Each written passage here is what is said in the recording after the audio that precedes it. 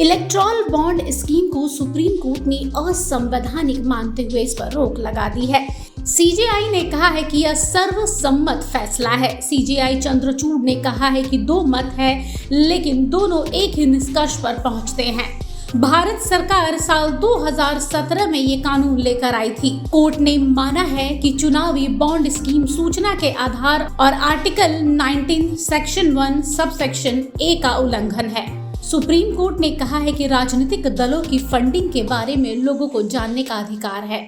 इस तरह supreme court ने मोदी सरकार के साल 2017 के फैसले को पलट कर रख दिया है।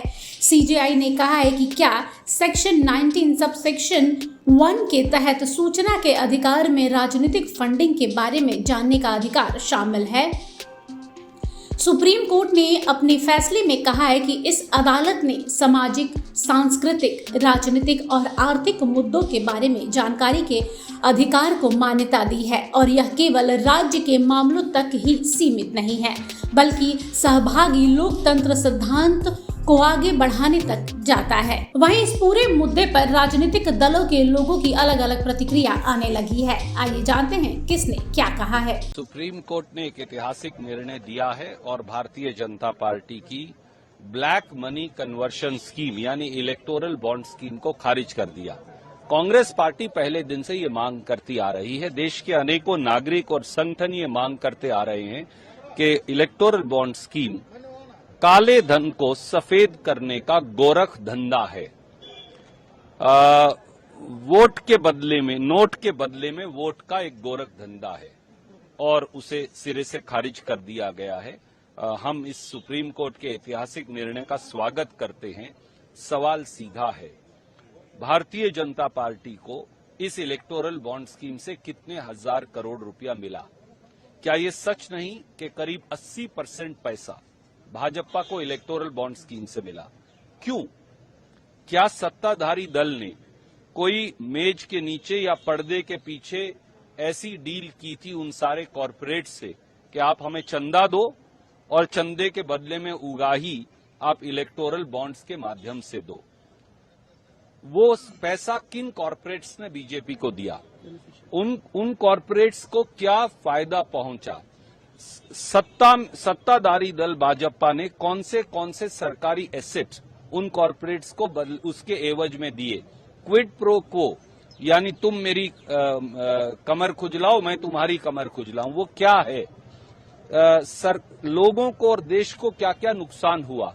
इन सारी बातों का जवाब देश के माननीय प्रधानमंत्री, वित्त मंत्री और जेपी नड्डा साहब को देना चाहिए। The Supreme Court has struck down the electoral bond scheme, comprehensively struck it down, and all the provisions that were made to bring it into effect in the Income Tax Act, in the Companies Act, etc., everything has been struck down. They have held that this violates the fundamental right to information of citizens to know about who is contributing this much money to political parties, etc. They have also struck down the amendment made which allowed unlimited political contribution being made by companies to political parties. So, not only the electoral bond scheme but also the amendment which removed the restrictions on political contributions by companies, which were that you cannot contribute more than 7.5% of your annual profit by way of political contributions. That has also been struck down as violating the level playing field in a democracy. So the petitions filed by us have been comprehensively allowed by the मुझे अत्यंत खुशी हुई है कि आज supreme court ने जो electoral bond की स्कीम है को स्ट्राइक डाउन करके उस पर टोटल प्रतिबंध लगा दिया है और डायरेक्शन दिया है इलेक्शन कमीशन ऑफ इंडिया को कि स्टेट बैंक ऑफ इंडिया से सब डिटेल्स लेके अपने वेबसाइट पे इन कंपनीज के डोनेशंस के बारे में पब्लिश करें। ये अत्यंत ही आवश्यक था। प्रजातंत्र को ये खत्म करने वाली स्कीम थी, एक पार्टी के हित में थी, ऑपोजिशन को क्रश करने के लिए थी और जिस तरह से एनोनिमसली कॉरपोरेशंस पैसा डोनेट कर रहे थे इसका मतलब यही था कि रूलिंग पार्टी को बेनिफिट करने के लिए स्कीम बनाई गई थी। बहुत अच्छा हुआ, प्रजातंत्र की ये जीत है और मैं सुप्रीम कोर्ट को इस आवश्यक स्टेप के लिए धन्यवाद देता हूं। Supreme Court has unanimously struck down the electoral bond amendments. Most importantly, before the scheme, the amendments which were the basis of the scheme have been struck down from different enactments like the Income Tax Act, etc.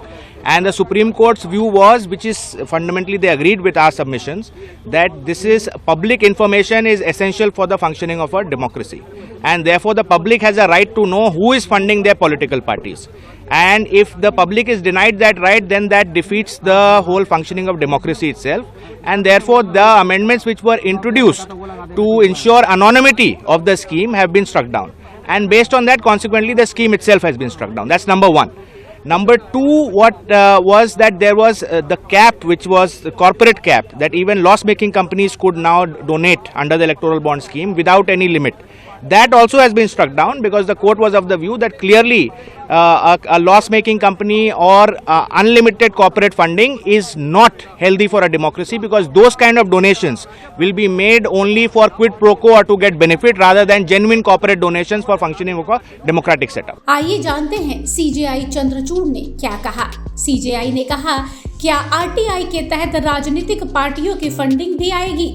ये सवाल हमारे समक्ष था। Supreme court ने कहा कि नागरिकों को यह जानने का अधिकार है कि सरकार के पास पैसा कहां से आता है और कहां जाता है। सीजेआई ने कहा कि हमारी राय है कि कम से कम इलेक्ट्रॉनिक हस्तांतरण और चुनावी ट्रस्ट के अन्य माध्यमों से योगदान अन्य प्रतिबंधात्मक साधन है।